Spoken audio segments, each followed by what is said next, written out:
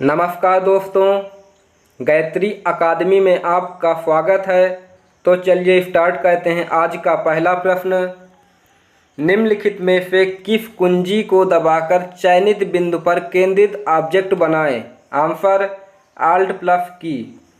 व्याख्या, आल्ट कुंजी दबाकर चयनित बिंदु पर केंद्रित ऑब्जेक्ट बनाएं। अब अगला प्रश्न, फोटोशॉप का कौन सा टूल छवि से पृष्ठभूमि हटाने में मदद करता है? जादू की छड़ी उपकरण, मैजिक इरेजर टूल, ए और बी दोनों, इनमें से कोई भी नहीं। आंसर ए और बी दोनों, ऑप्शन सी। मैजिक वर्ड या मैजिक इरेजर टूल का उपयोग करके कोई भी व्यक्ति फोटोशॉप में छवि से पृष्ठभूमि को आसानी से हटा सकता है। अगला प्रश्न, कोरल ड्रा कब विकसित किया गया है? आंसर 1989। व्याख्या, कोरल ड्रा का निर्माण वर्ष 1989 में कोरल कॉरपोरेशन के द्वारा किया गया था। यह सॉफ्टवेयर विंडोज और मैक ओएस को सपोर्ट करता है। कोरल ड्रा ग्राफिक्स को डिजाइन करने वाला सॉफ्टवेयर है जिसे कोरल कॉरपोरेशन ने वेक्टर ग्राफिक्स को एडिट करने के लिए विकसित किया है। आपको बता दें कि कोरल ड्रा का उपयोग लोगो और पोस्टर बनाने के लिए भी किया जाता है। अब अगला प्रश्न, एक डैश डैश मोड मूल रंग के RGB मानों को हरे, नीले और लाल चैनल मानों के साथ मिश्रित करता है। आंसर कठिन मिश्रण। व्याख्या, हार्ड मिक्स मोड मूल रंग के RGB मानों को हरे, नीले और लाल चैनल मानों के साथ मिश्रित करता है। अगला प्रश्न, डैश डैश किस टूल का उपयोग करके आप जटिल आकृतियां और पथ बना सकते हैं? खींचना, रबड़, आकार, पेन। Answer pen. व्याख्या, पेन टूल का उपयोग करके आप जटिल आकृतियां और पथ बना सकते हैं। अगला प्रश्न, MS पेंट में सीधी लाइन खींचने के लिए माउस के साथ किस कुंजी का प्रयोग किया जाता है? आंसर शिफ्ट, ऑप्शन सी।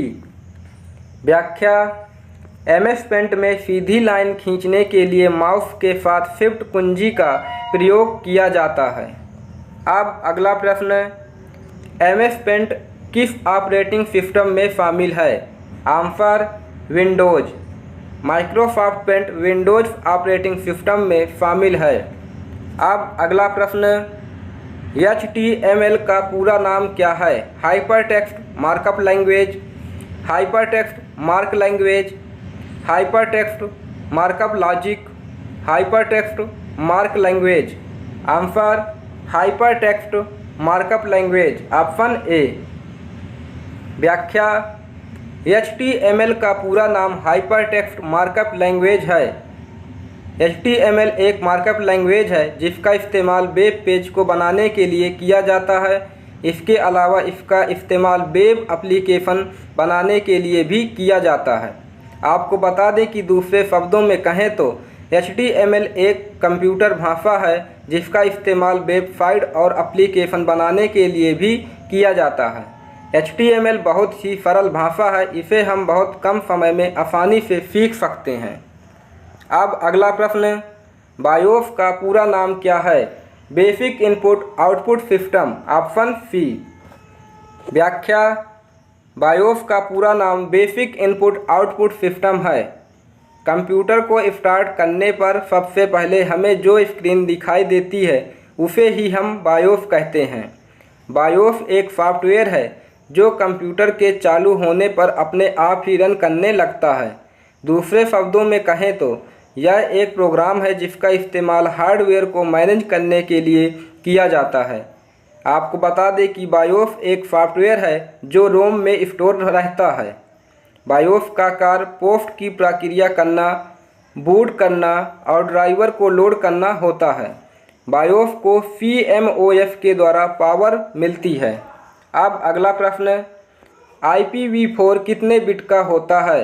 Answer 32 bit. व्याख्या, IPv4 का पूरा नाम इंटरनेट प्रोटोकॉल वर्जन 4 है। यह इंटरनेट प्रोटोकॉल का चौथा वर्जन है। इसे 1981 में IETF internet engineering task force ने विकसित किया था। इसका IP एड्रेस 32 बिट का होता है। यह न्यूमेरिक एड्रेस होता है और इसके बिट्स डॉट के द्वारा सेपरेट अलग अलग रहते हैं। इसमें हेडर फील्ड्स की संख्या 12 होती है और इसमें IP एड्रेस की 5 अलग अलग क्लास होती हैं, class A, class B, class C, class D और क्लास E। अब अगला प्रश्न, MS एक्सेल में चार्ट बनाने की शॉर्टकट कुंजी क्या है? Answer F11 option D। MS Excel में चार्ट बनाने की शॉर्टकट कुंजी F11 है। अब अगला प्रश्न, माइक्रोसॉफ्ट एक्सेल एक प्रोग्राम है। Answer spreadsheet option C। व्याख्या, माइक्रोसॉफ्ट एक्सेल एक स्प्रेडशीट प्रोग्राम है जो उपयोगकर्ताओं को स्प्रेडशीट में डेटा को व्यवस्थित, प्रारूपित और गणना करने की अनुमति देता है। अब अगला प्रश्न, एक्सेल विंडो डिफ़ॉल्ट रूप से कितनी शीट प्रदर्शित करती है? 1, 2, 3, 4। आंसर 3। व्याख्या, एक्सेल विंडो डिफ़ॉल्ट रूप से 3 शीट्स प्रदर्शित करती हैं, शीट 1, शीट 2, शीट 3। अगला प्रश्न, पावर पॉइंट में चयनित ऑब्जेक्ट पर हाइपरलिंक डालने के लिए कीबोर्ड शॉर्टकट क्या है? Shift+K, Ctrl+K, Ctrl+H, Shift+H। Answer Ctrl+K option B। Power point में किसी चयनित ऑब्जेक्ट पर हाइपरलिंक डालने के लिए हम Ctrl+K शॉर्टकट कुंजी का उपयोग करते हैं। अब अगला प्रश्न, कई अलग अलग डैश हैं जिनमें से प्रत्येक में एक विशिष्ट टाइप केस भिन्नता के प्रतीक, संख्याएं और अक्षर होते हैं। Answer font option C। कई अलग अलग फॉन्ट हैं जिनमें से प्रत्येक में विशिष्ट टाइप केस भिन्नता के प्रतीक, संख्याएं और अक्षर होते हैं, जैसे बोल्ड या इटैलिक। अब अगला प्रश्न, डैश दो वस्तुओं के बीच प्रकाशीय स्थान को संतुलित करने के लिए उनकी पुनः स्थिति को संदर्भित करता है। Answer Corning option B। Corning से तात्पर्य दो वस्तुओं के बीच प्रकाशीय स्थान को संतुलित करने के लिए उनकी पुनः स्थिति निर्धारण से है। अगला प्रश्न, डैश वह तरीका है जिससे हम किसी पाठ की पंक्तियों के बीच अंतर को समायोजित करते हैं। इंटरलाइन स्पेसिंग, लीडिंग, A और B दोनों, इनमें से कोई नहीं। आंसर A और B दोनों ऑप्शन C। व्याख्या, इंटरलाइन स्पेसिंग या लीडिंग वह तरीका है जिससे हम किसी पाठ की पंक्तियों के बीच की दूरी को समायोजित करते हैं। अब अगला प्रश्न, कोरल ड्रा से क्या क्या बनाया जा सकता है? Logo, packing design, T shirt design, उपरोक्त सभी। आंसर उपरोक्त सभी।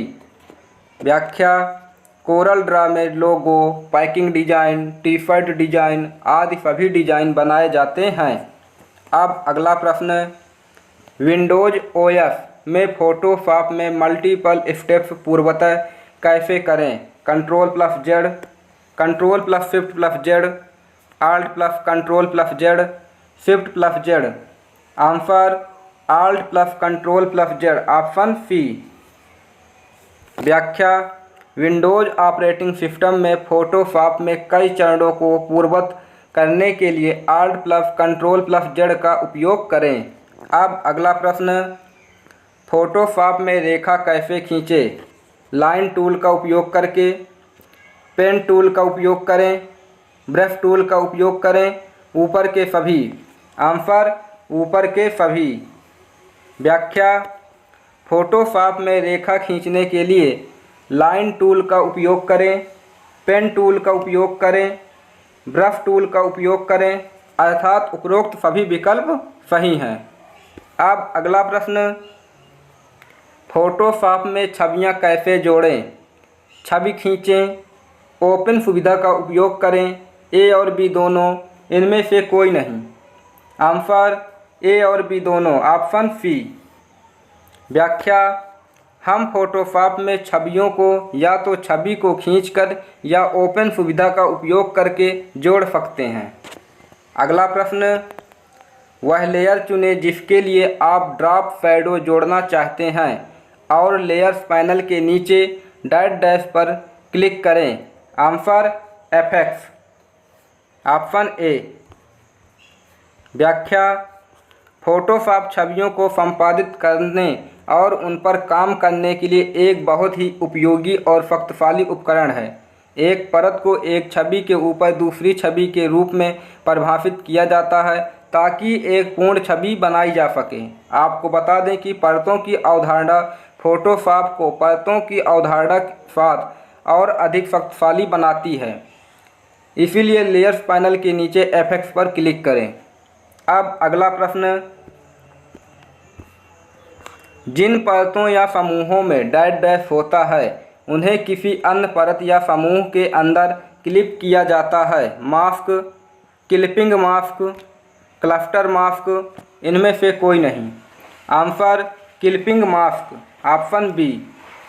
व्याख्या, जिन परतों या समूहों में क्लिपिंग मास्क होते हैं उन्हें किसी अन्य परत या समूह के अंदर क्लिप किया जाता है। अगला प्रश्न, फोटोशॉप में प्रॉपर्टीज बार किस तरह दिखाई देता है। आंसर ऊपर की ओर।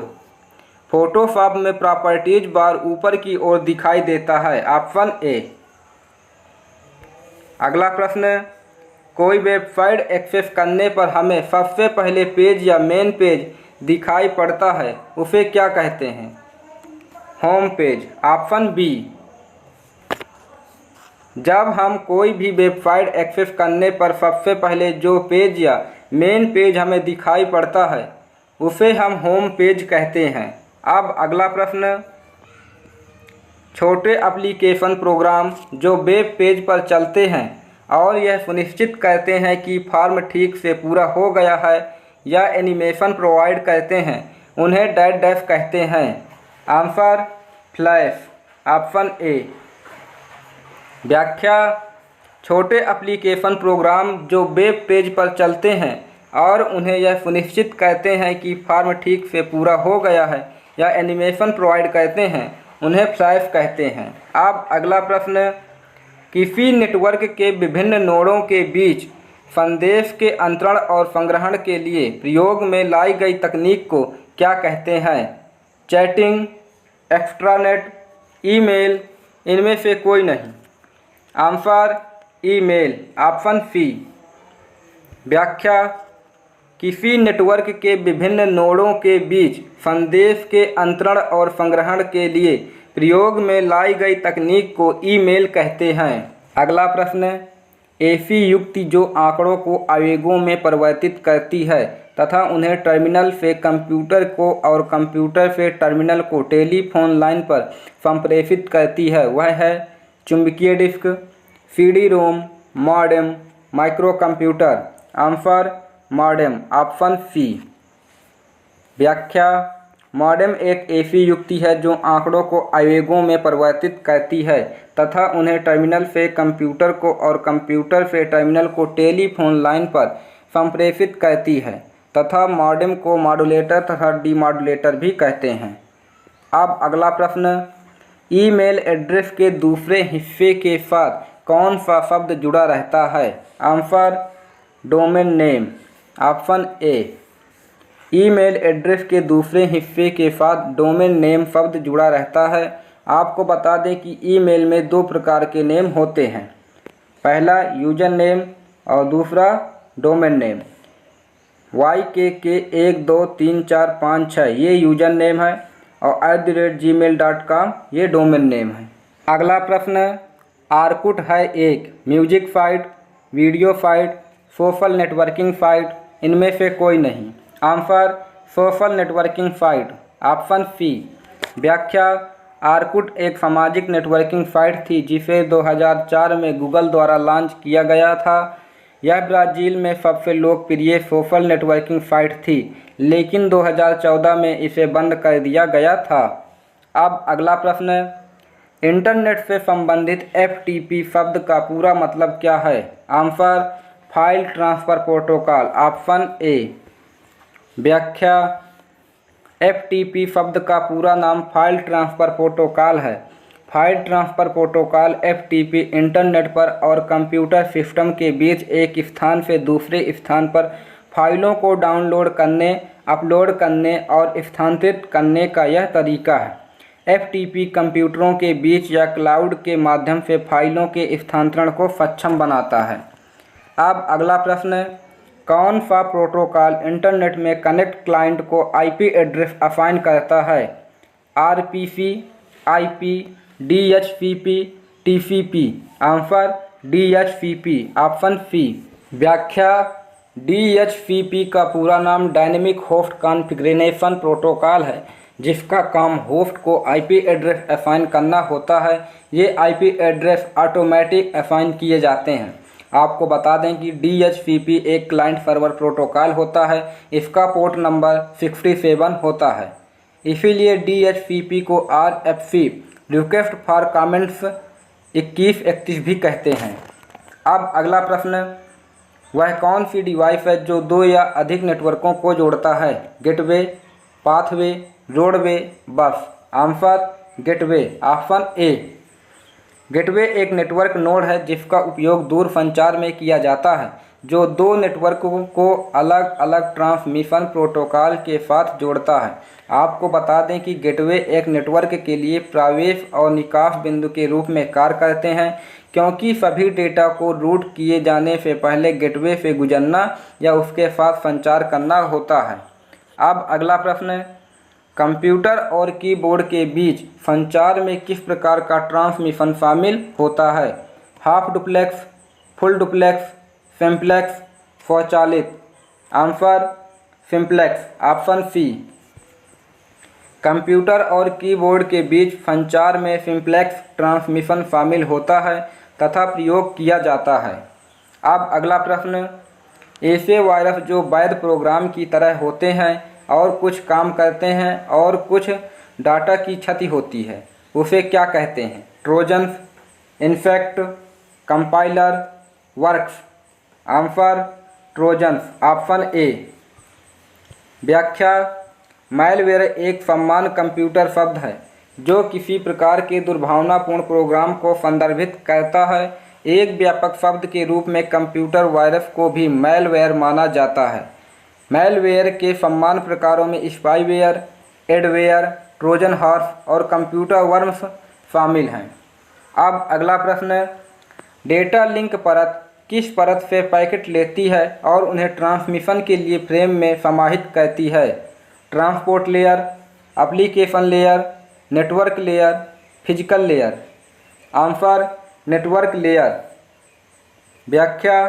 डेटा लिंक परत नेटवर्क लेयर से पैकेट लेती है और उन्हें ट्रांसमिशन के लिए फ्रेम में समाहित करती है। अगला प्रश्न, OSI संदर्भ मॉडल में कितनी लेयर या परतें होती हैं? 7, 5, 4, 6। आंसर 7। Option A. व्याख्या। OSI मॉडल में कुल 7 लेयर होती हैं जो निम्नलिखित इस प्रकार हैं: physical layer, data link layer, network layer, transport layer, function layer, presentation layer, application layer. अब अगला प्रश्न, वह पहचानकर्ता जो इंटरनेट पर सूचना भेजता या प्राप्त करता है कहलाता है? IP address, www, network URL। Answer IP address. Option A. वह पहचानकर्ता जो इंटरनेट पर सूचना भेजता है और प्राप्त करता है IP एड्रेस कहलाता है। IP एड्रेस का पूरा नाम इंटरनेट प्रोटोकॉल एड्रेस है। अगला प्रश्न, एक कंप्यूटर नेटवर्क जिसका उपयोग किसी संगठन के इंट्रानेट के बाहर के एक्सेस को नियंत्रित करने के लिए किया जाता है, वह कहलाता है? Answer extranet. Option C. एक कंप्यूटर नेटवर्क जिसका उपयोग किसी संगठन के इंट्रानेट के बाहर से एक्सेस को नियंत्रित करने के लिए किया जाता है, वह एक्स्ट्रानेट कहलाता है। अब अगला प्रश्न, URL का फुल फॉर्म क्या है? Answer uniform resource locator. Option A. व्याख्या, किसी वेब पेज तक पहुंचने के लिए एक URL की आवश्यकता होती है। URL का पूरा नाम यूनिफॉर्म रिसोर्स लोकेटर है। अब अगला प्रश्न, MS पेंट में गोलाकार स्पेस ड्रा करने के लिए किसका प्रयोग किया जाता है? लाइन, बॉक्स, ओवल, उपरोक्त सभी। Answer oval. Option C, MS Paint में गोलाकार स्पेस ड्रा करने के लिए ओवल का यूज किया करते हैं। अब अगला प्रश्न, MS पेंट का एक्सटेंशन नेम क्या है? .bmp। Option A. व्याख्या, MS पेंट का एक्सटेंशन नेम .bmp होता है। अब अगला प्रश्न, पेंट में अगर रिबन को छिपाने या हाइड करने के लिए शॉर्टकट की क्या है? Answer Ctrl+F1। Option B. व्याख्या, पेंट में अगर रिबन को छिपाने या हाइड करने के लिए शॉर्टकट की Ctrl+F1 का यूज करते हैं। अब अगला प्रश्न, MS पेंट में फिल कलर कहाँ होते हैं? Answer tool bar. MS Paint में फिल कलर टूल बार में होते हैं। Option A. अगला प्रश्न, MS पेंट में सीधी रेखा लाइन को खींचने के लिए कीबोर्ड की कौन सी की के साथ माउस से ड्रैग किया जाता है? आंसर Shift+ड्रैग। Option A. MS पेंट में सीधी रेखा लाइन को खींचने के लिए कीबोर्ड की Shift+ड्रैग की के साथ माउस से ड्रैग किया जाता है। अब अगला प्रश्न, जब हम MS पेंट को ओपन करते हैं तो उसका डिफ़ॉल्ट बैकग्राउंड कलर कौन सा होता है? आंसर सफ़ेद। Option B. जब हम MS पेंट को ओपन करते हैं तो उसका डिफ़ॉल्ट बैकग्राउंड कलर हमेशा सफ़ेद होता है। अब अगला प्रश्न, कोरल ड्रा में किस टूल का उपयोग करके ग्राफिक्स को किसी भी रूप में काटने के लिए करते हैं? Space tool, pick tool, eraser tool, knife tool. Answer knife tool. Option D. व्याख्या, कोरल ड्रा में नाइफ टूल का उपयोग करके ग्राफिक्स को किसी भी रूप से काटने के लिए प्रयोग करते हैं। अब अगला प्रश्न, कोरल ड्रा में सबसे ऊपर की बार कहलाती है menu bar, ruler bar, status bar, title bar. Answer title bar. Corel Draw में सबसे ऊपर की बार टाइटल बार कहलाती है। अब अगला प्रश्न, फुल स्क्रीन प्रीव्यू देखने के लिए किस की का यूज किया जाता है? Answer F9। Option B. व्याख्या, फुल स्क्रीन प्रीव्यू देखने के लिए F9 की का यूज किया जाता है। अब अगला प्रश्न, किस शॉर्टकट की का यूज करके ऑब्जेक्ट को टॉगल स्नैपिंग की जाती है? Alt+Y, Alt+Z, Alt+H, Alt+L। Answer Alt+Z। Option B. व्याख्या, Alt+Z का प्रयोग करके हम ऑब्जेक्ट की टॉगल स्नैपिंग की जाती है। धन्यवाद। गायत्री अकादमी आप सभी को व्याख्यान देखने के लिए आभार। हमारे चैनल को लाइक, शेयर एंड सब्सक्राइब अवश्य कीजिए।